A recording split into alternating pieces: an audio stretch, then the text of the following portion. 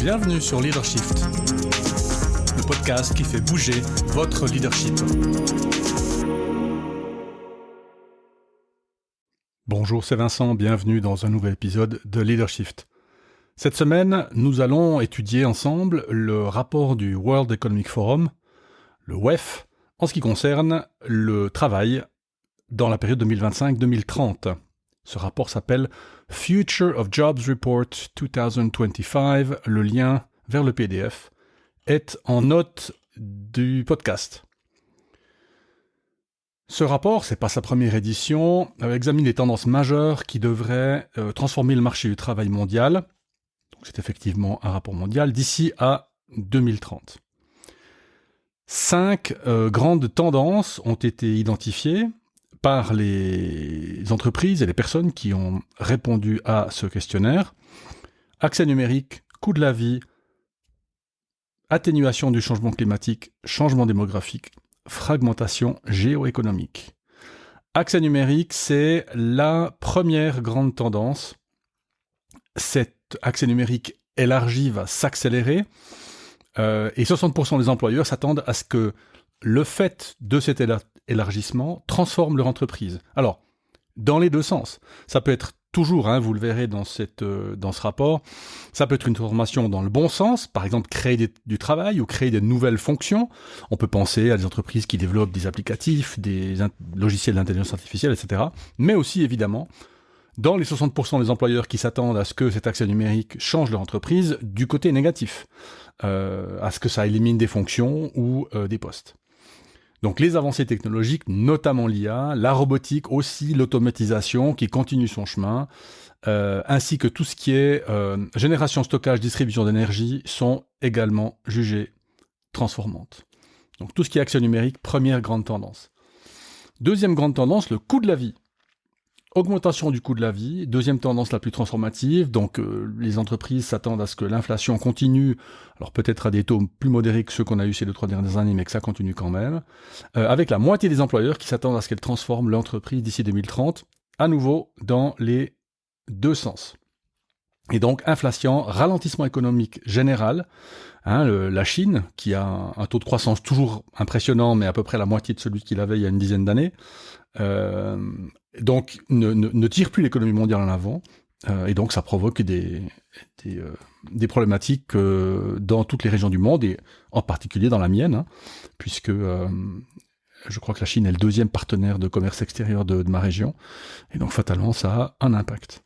Troisième grande tendance, alors c'est Climate Change Mitigation en anglais, alors ça donne atténuation du changement climatique en français. Ça ne veut pas dire que le changement climatique s'atténue, ça veut juste dire que ce sont tous les efforts d'atténuation des impacts du changement climatique qui vont être déterminants. Et donc c'est la troisième tendance la plus transformative, c'est toutes les jobs et les initiatives qui devront être prises pour atténuer l'impact du changement climatique.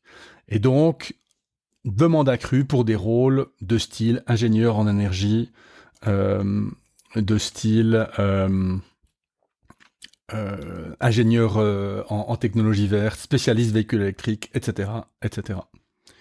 Quatrième tendance, changement démographique dans les économies à revenus élevés, donc typiquement mon pays, la Suisse, vieillissement et diminution des populations en âge de travailler, et donc augmentation des coûts des charges sociales, parce qu'il faut bien que quelqu'un paye les retraites à tous ces magnifiques petits vieux, et dans les économies à faible revenu, expansion des populations en âge de travailler, qui transforme également le marché du travail, parce que intégration de personnes différentes en termes d'âge, mais aussi, et c'est une des, je ne l'ai pas mis en point fondamental, mais il le mentionne dans le rapport, tout ce qui est diversité et inclusion. Alors, la diversité est une réalité, l'inclusion c'est l'effort, et bien la diversité aussi va devoir être un effort, puisque les organisations devront aller chercher des ressources, là elles n'allent pas les forcément chercher. Par exemple, dans le marché secondaire du travail, des gens qui sont en l'AI, des gens qui peuvent pas travailler autant, aussi vite qu'eux, mais qui peuvent quand même amener de la valeur ajoutée d'une manière ou d'une autre. Et donc ça va devenir un vrai gisement de ressources que les organisations vont devoir apprendre à à travailler. Et puis le dernier, c'est pas le plus réjouissant, la fragmentation géoéconomique, donc tensions géopolitiques, doivent transformer les modèles commerciaux. Dans un tiers des organisations sondées au cours des 5 prochaines années, c'est extrêmement rapide. On voit que les blocs commencent à se reformer, mais ce sont des blocs à géométrie variable. On peut imaginer qu'il y a le bloc de l'Ouest et les autres. C'est pas aussi simple que ça. On voit qu'il y a évidemment une énorme tension entre le bloc russe, par exemple, et l'Europe de l'Ouest. Enfin, l'Ouest, je dirais, l'Europe de l'Est, l'Europe du Centre et l'Europe de l'Ouest. Mais l'élection de Donald Trump aux États-Unis rebat un peu les cartes, puisque c'est pas quelqu'un qui honore les alliances traditionnelles. Donc, qu'est-ce que ça veut dire pour l'économie suisse au niveau du marché américain, au niveau du marché chinois? Est-ce qu'il faut commencer à s'intéresser à d'autres marchés, comme l'Inde, comme l'Afrique du Sud, comme le Mexique? Bon, à voir.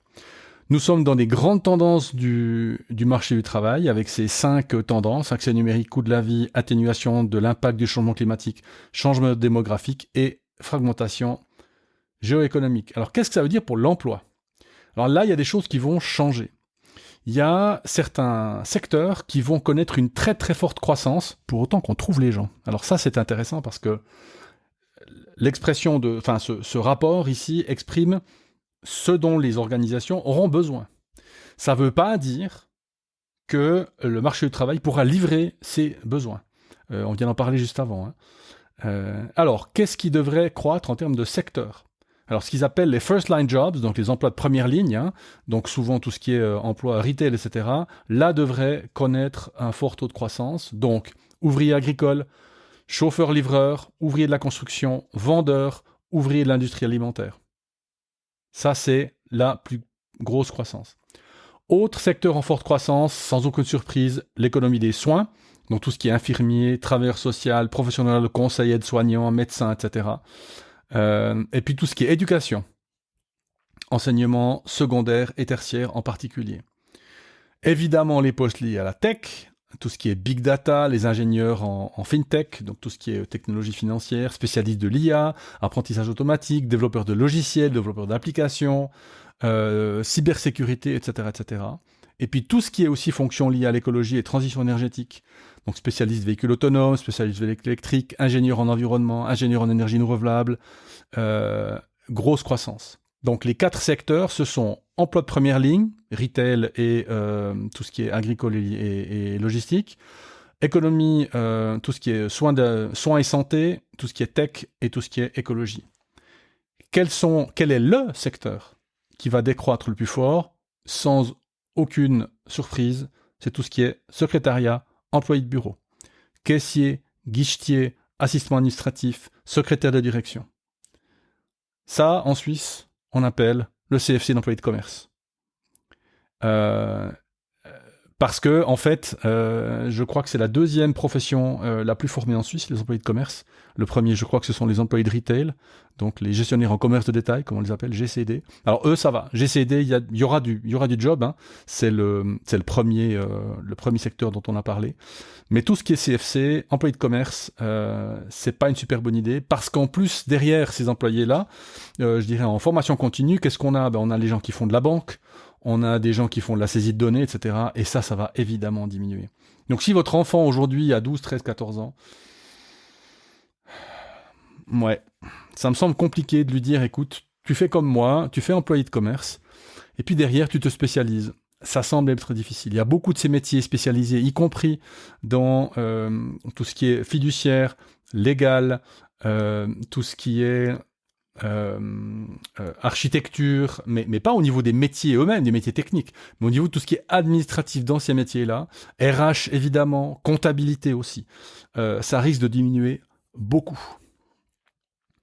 Donc, 4 secteurs en forte croissance. Première ligne, santé, technologie, écologie. Un secteur en forte décroissance, tout ce qui est, en gros, employé de bureau. Du coup, qu'est-ce que ça veut dire pour les compétences ? Parce que nous, évidemment, c'est ça qui nous intéresse. Alors, en moyenne, les personnes qui travaillent aujourd'hui peuvent s'attendre à ce que 40% de leurs compétences actuelles soient transformées ou deviennent obsolètes dans les 5 prochaines années. Donc en fait, si vous faites la liste de vos compétences, Hein, vous mettez les compétences techniques, vous mettez les outils que vous savez utiliser, vous mettez les compétences sociales, bon, etc. Eh ben, il y en a 40% qui risquent d'être obsolètes ou transformés. C'est énorme. Ce qui est intéressant, c'est que cette instabilité de compétences, elle est en train de ralentir. Ça veut dire que suite à la Covid, elle était quand même de 57% en 2020 et de 44% en 2023. Alors attention, ce sont toujours des déclarations de besoins. Évidemment, post-Covid, on s'imaginait que tout le monde allait bosser à la maison. Donc on s'est dit numérique à fond. Bon, et que depuis, on en est revenu, on est en 2025, 5 ans plus tard. Je dirais, le résumé, c'est plutôt oui, mais bon. Faut pas s'exciter, mais 40%, c'est quand même beaucoup. Alors, une part croissante des travailleurs, 50% à peu près, ont suivi déjà des mesures de formation, ce qui fait aussi que ça peut ralentir. Et donc, il n'y avait que 41% dans l'édition 2023 du rapport, c'est tous les 2 ans. Donc, on voit que cette part des gens qui ont été formés, qui se sont formés, augmente, ce qui est plutôt une bonne nouvelle. La compétence la plus recherchée par les employeurs,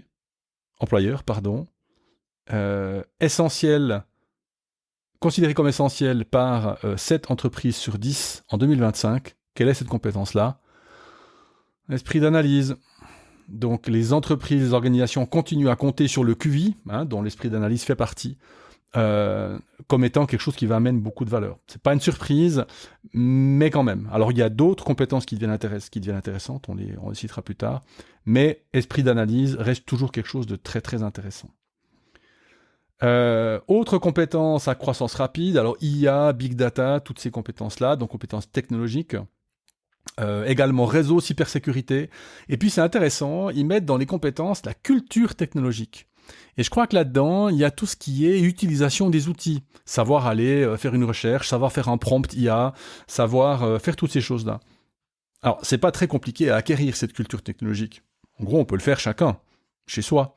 Vous avez une question, vous posez une question, la prochaine fois, plutôt que de taper dans Google, vous allez sur ChatGPT, sur Copilot ou n'importe lequel de ces moteurs d'IA, et puis vous conversez quelques minutes, et puis vous prenez l'habitude de le faire 1 ou 2 fois par semaine, et ça va venir. Donc, c'est peut-être pas la seule, mais je pense que c'est ce genre de compétences-là qu'ils appellent culture technologique. Et donc, ça peut donner en entretien d'embauche, par exemple, des questions du style quand est-ce que la dernière fois quelle est la dernière fois que vous avez utilisé OpenAI, ChatGPT ou d'autres? Et puis voilà, si la réponse est jamais utilisé, ça peut être aussi un facteur négatif pour vous. Alors ça, ce sont les compétences plutôt en recherche, donc esprit d'analyse, culture technologique, etc. À l'inverse, quelles sont les compétences qui seront moins demandées ? Dextérité manuelle, endurance et précision. C'est intéressant parce que c'est typiquement les métiers dont nous, on a besoin dans notre région, puisqu'on est une région manufacturière avec beaucoup de demandes de dextérité manuelle et de précision. Alors si vous n'en avez pas besoin, vous nous les envoyez, parce que nous, on en a besoin, pour tout ce qui est contrôle qualité, pour tout ce qui est service après-vente, horlogerie, etc., micromécanique. Donc je dirais que ce rapport peut peut-être arranger les gens de nos régions manufacturières, et donc c'est presque une bonne nouvelle. Alors, ça, ce sont tout ce qui est compétences techniques. Si on parle maintenant des compétences non techniques, qu'est-ce qui est demandé ? Quelles sont les compétences recherchées ? Alors, il y en a 6 principales. Alors, la première, c'est la résilience. On y reviendra, je vous donne les 6, puis après on les fait en détail. La première, c'est la résilience. La deuxième, c'est flexibilité et ou agilité. La troisième, c'est leadership et ou influence sociale. La quatrième, pensée créative. La cinquième, curiosité. La sixième, apprentissage, tout au long de la vie. Quel est le point commun de ces 6 compétences ? Elles ne sont pas enseignées à l'école. Non. Étonnant, non ? Alors, c'est mieux que de mon époque. Je suis un peu vieux con quand je dis ça, où il n'y avait clairement pas. Alors oui, flexibilité un peu, puisque les enfants dès l'école primaire travaillent en projet. Mais leadership, influence sociale en Suisse, Hein, on n'y est pas encore, pensée créative, curiosité. Donc je trouve très intéressant que ces compétences recherchées ne soient pas enseignées à l'école. Et je pense que ça, c'est un des défis qui nous attend. Alors on peut peut-être le faire chacun à son petit niveau, hein, si vous êtes enseignant, enseignante, ou si vous êtes en commission scolaire, hein, demandez à la direction d'école qu'est-ce qu'elle fait pour mettre en jeu ces compétences recherchées. Mais je trouvais intéressant de dire que là-dedans, il n'y a pas, je sais pas moi, les langues ou les maths, quoi. Hein. Résilience, flexibilité, agilité, leadership, influence sociale, pensée créative, curiosité, apprentissage, tout au long de la vie. Autre point intéressant dans ces compétences, il y en a certaines qui ne sont pas... qu'on ne peut pas apprendre ex nihilo, qu'on ne peut pas apprendre simplement à partir de rien. Je pense en particulier à la résilience, à l'apprentissage tout au long de la vie. Je pense que les 4 autres, d'une manière ou d'une autre, on pourrait les donner sous forme de cours, hein, flexibilité, leadership évidemment, pensée créative, curiosité, mais les 2 autres beaucoup moins. Et donc ça aussi c'est intéressant, ça va pousser les gens à développer des programmes de formation aussi, qui ne font pas que regarder en avant, mais aussi en arrière. La résilience, ce n'est pas une compétence qui peut se développer si on n'est pas passé à travers certaines difficultés. Alors c'est un petit peu la condition humaine qui fait que nous passons toutes et tous à travers des difficultés personnelles, sociales, économiques, psychologiques, et donc c'est un travail d'analyse, de prise de conscience des éléments de personnalité que nous avons mis en jeu pour devenir résilient, pour passer à travers la difficulté. L'apprentissage tout au long de la vie, c'est pareil. C'est qu'est-ce que tu as appris aujourd'hui ? Rien, bah si en fait. Mais si je n'y réfléchis pas, il y aura des choses que j'aurai apprises aujourd'hui. Ça peut être des petites choses, ça peut être des choses qui ne sont pas liées au monde professionnel, mais ce sont des choses qui peuvent devenir importantes. Alors, compte tenu de l'évolution de la demande de compétences, les besoins en matière de perfection et de reconversion sont importants. Alors, si on imagine que la main-d'œuvre mondiale est composée de 100 personnes, eh bien 59 d'entre elles auront besoin d'être formées d'ici à 2030. C'est énorme, 60% à peu près. Alors, à peu près 30% pourraient bénéficier d'une amélioration des compétences dans le cadre de la fonction, ça veut dire que les personnes peuvent rester dans leur job actuel et s'améliorer dans leur job actuel. 20% à peu près pourrait bénéficier d'une amélioration de compétences et être redéployé, ce qu'on appelle le reskilling. Ça veut dire quelqu'un qui part d'un métier et qui en apprend un autre. Alors, ça fait, qu'est-ce que je vous ai dit ? Alors, c'était 19 et 29. Alors, si on prend les chiffres exacts, comme ça, il nous reste 11 pour arriver à 59. Et par contre, 11% requalification, amélioration, même si on les forme, peut-être que ça va compromettre leur perspective d'emploi. Et donc, si on n'est pas attentif, il y a 11% de la force de travail qui pourrait se retrouver sur le carreau, ce qui est quand même énorme. Et donc, ce qui est intéressant, c'est que, alors, il y a un gap avec les compétences, et ce gap est considéré comme le plus grand obstacle à la transformation des entreprises par les répondants à l'enquête. 63% des employeurs les considèrent, donc ce gap en matière de compétences, comme un obstacle majeur pour la période 2025-2030. Et donc, si vous posez la question aux employeurs, qu'est-ce qu'ils veulent faire pour, 85% d'entre eux prévoient d'accorder la priorité à l'amélioration des compétences du personnel. 70% d'entre eux s'attendent à embaucher du personnel doté de nouvelles compétences. 40% prévoient de réduire le personnel dont les compétences deviennent moins pertinentes. Et 50% prévoient de faire passer le personnel d'un rôle en déclin à un rôle en croissance. Donc on voit que ça va beaucoup secouer ces 5 prochaines années et que la formation continue va devenir un élément central de la stratégie des entreprises pour faire face à ces défis. Alors le financement, pas facile, et donc il va falloir se tourner vers là où sont les gens, d'où, on en parlait avant, tout ce qui est initiative en matière de diversité, d'équité et d'inclusion. Et donc, ce qui est intéressant, c'est que les employeurs sont 4 fois plus nombreux, on a presque à la moitié des employeurs qui soulignent la possibilité d'accroître la disponibilité des talents en puisant dans des viviers diversifiés. Aller chercher des gens, je vous parlais du second marché du travail, par exemple.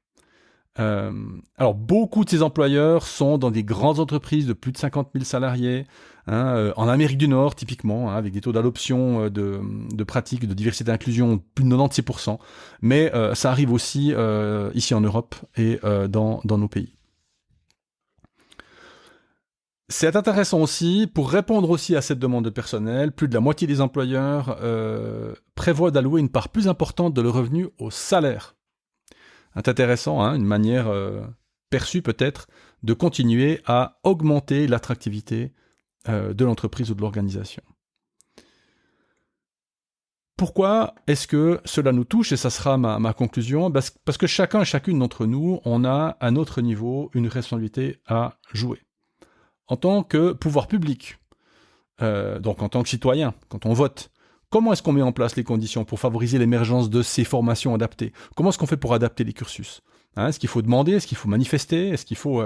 Comment est-ce qu'on fait pour que les fameuses compétences dont on a parlé, résilience, flexibilité, leadership, pensée créative, curiosité, apprentissage tout au long de la vie, comment est-ce qu'on fait pour que notre société, notre région, notre pays puisse s'adapter en conséquence? Et nous, chez Coapta, on essaie de s'adapter à ça. On a déjà quelques formations qui répondent à ces demandes-là, mais on va y travailler cette année et les suivantes. En tant qu'individu, quelle est ma responsabilité en tant que parent? En tant que parent, qu'est-ce que je dis à mes enfants? Vers quoi je les dirige? En tant qu'individu, est-ce que je peux prendre le temps, moi, plutôt que de regarder une série Netflix, quoi qu'on peut aussi apprendre des choses en regardant la série Netflix, mais est-ce que je fais un petit jeu de société pour apprendre un peu de la flexibilité, etc. Est-ce que je fais un jeu de rôle pour apprendre à essayer de me décaler, voir aussi quelles sont les compétences insoupçonnées que j'ai en moi? En tant que manager, comment est-ce qu'on favorise le développement de ces compétences dans notre équipe? Comment est-ce qu'on fait? Pour les RH, quelles conditions, puis quel programme est-ce qu'on met en place pour favoriser le développement de ces compétences? Vous voyez que ça nous concerne vraiment tous, ce Future of Jobs Report. Si vous êtes RH ou patron d'entreprise, podcast@coapta.ch, info@coapta.ch, et contactez-nous, on viendra volontiers discuter avec vous de programmes de formation continue, internes ou externes, pour vous permettre de répondre à ces défis. Voilà, c'est la fin de cet épisode, un peu plus long que la moyenne, je suis désolé. Je me suis laissé emporter par mon élan et je vous dis à la semaine prochaine. Ciao.